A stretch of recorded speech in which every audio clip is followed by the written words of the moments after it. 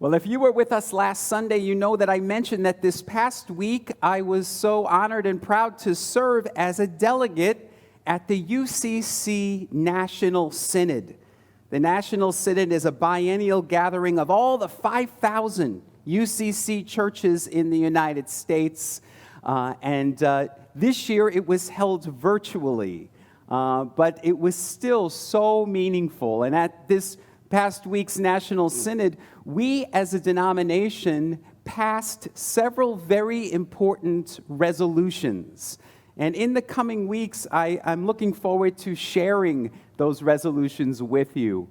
But one of the resolutions that we passed this week was that we as a denomination commit ourselves to becoming a church of contemplatives in action. And those of you who know me, you know how much that speaks to my heart. Becoming a church of contemplatives in action. You may remember that I led a group here from Douglas UCC to New Mexico a few years ago. 20 of us went there, and we met with Father Richard Rohr at the center he founded there, which is called the Center for Action and Contemplation. And Father Rohr reminded us on that trip, he said, we need a contemplative mind in order to do compassionate action. Now, we in the United Church of Christ, we have a long, rich history of action, which we're really proud of. We marched for civil rights and women's rights and gay rights. We're really good at action in the United Church of Christ. But with this new synod resolution, we're also going to be putting our focus on contemplation and meditation in our churches. Because you see, Jesus was a man of both action and contemplation. Yes, as we just heard, we see him out and about. He is teaching and preaching and healing and working miracles. But throughout the Gospels, we also see him going off by himself, out into the wilderness, out into the desert, up to a mountaintop, so that he could connect with God. And in today's gospel reading, you see that he invites the apostles, after their work, to come away to a deserted place, all by themselves, to rest for a while. Because you see, that's what contemplation is. Contemplation means resting in God. And do you want to know something? That's actually one of the 10 commandments. A lot of people don't know that. But the commandment is to honor the Sabbath. Now, if you went out and you asked a lot of Christians today, what does the commandment honor the Sabbath mean? They'll say, oh, that means you go to church on Sunday. It's not what honor the Sabbath means. It has nothing to do with Sunday, and it has nothing to do with going to church. The word Sabbath means period of rest. All of you last year gave me a gift of going on sabbatical. That word sabbatical is the same root word as the word Sabbath. It's a period of rest and renewal. And the commandments say you must honor a time of rest in your life. Honor it, obey it. So how do you obey that commandment? Well, go lie in a hammock this afternoon. Go curl up on the couch with a cup of tea. Hold hands with your loved one as you watch the sunset. You are obeying the commandment. You are honoring the Sabbath. You know, our Jewish friends greet one another with Shabbat Shalom. Shabbat is the Hebrew word for Sabbath. And Shalom is the word, of course, for peace. When you say Shabbat Shalom, you are wishing someone the peace that comes from the time of rest. That peace that surpasses all understanding. I loved in our words of integration and guidance this morning that Julie read for us, the writer Wayne Muller called it a time of joyful uselessness. I love that. We were talking about joy last Sunday. But that's what it is. You don't have to accomplish anything. You're just resting. You may remember, I don't think Mark is here today. Our church member, Mark Zancanero, his mother, Pauline, you may know, she would come and worship with us when she was visiting from Chicago. She passed away last year at the age of 101. And I asked Mrs. Zancanero once what was the secret to a long life. And she gave me an Italian term. The term is nulla intenzionale. And what it means is intentional nothingness. Okay?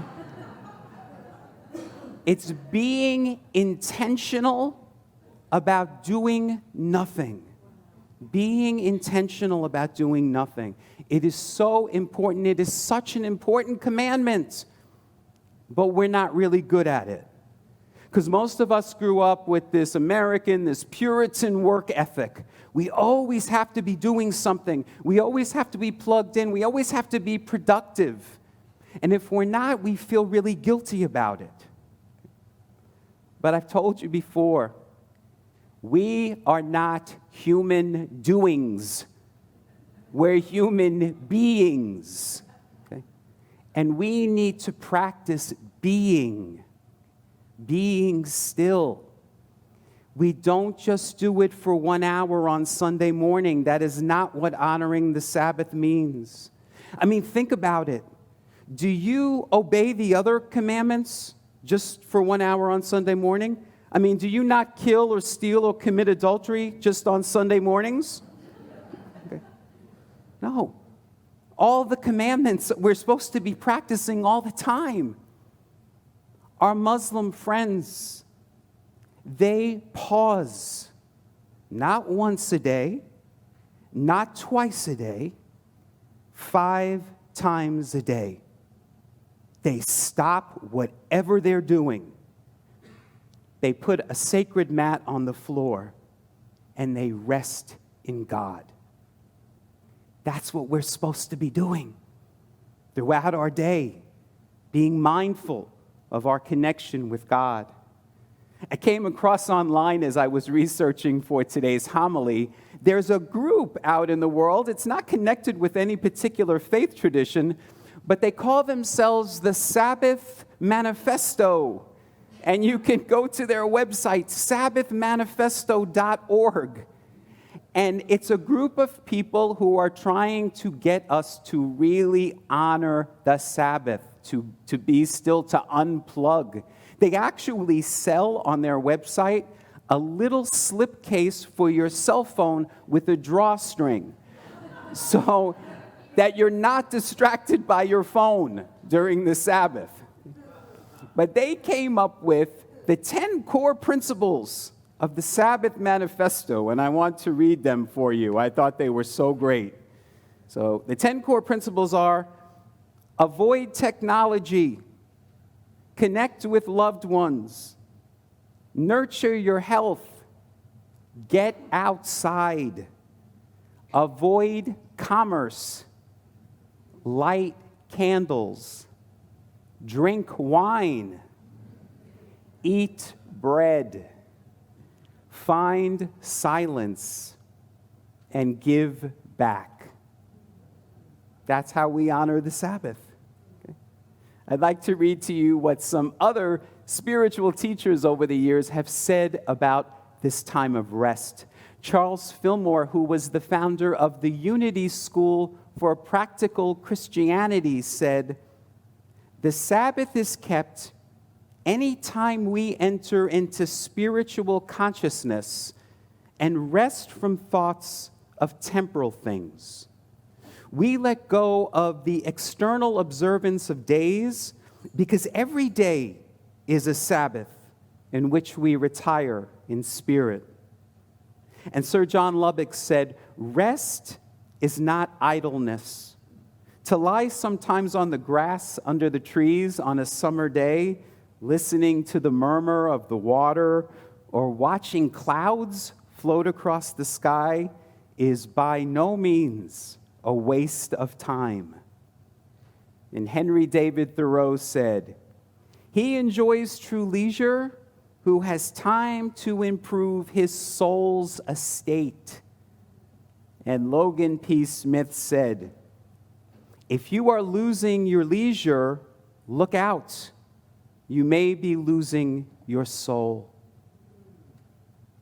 Leisure, my friends, rest, my friends, is necessary for our souls and our spirits. It's vital.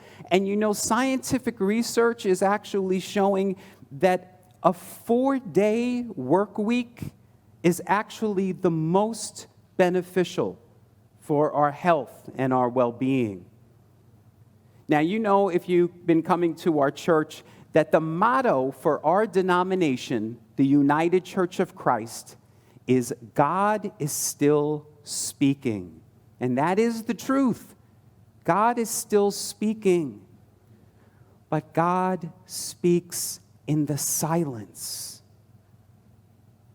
The Sufi poet Rumi said, "There is a voice that doesn't use words. Listen to it." We listen when we get still. That's what Scripture means. Be still and know that I am God. And so, my friends, I really want to encourage you this week to find time each and every day to honor the Sabbath, to be still, to relax, to rest, to know that peace which surpasses all understanding. And may we, the people of Douglas UCC, moving forward, recommit ourselves to being a church of contemplatives in action. So, Shabbat Shalom and Namaste.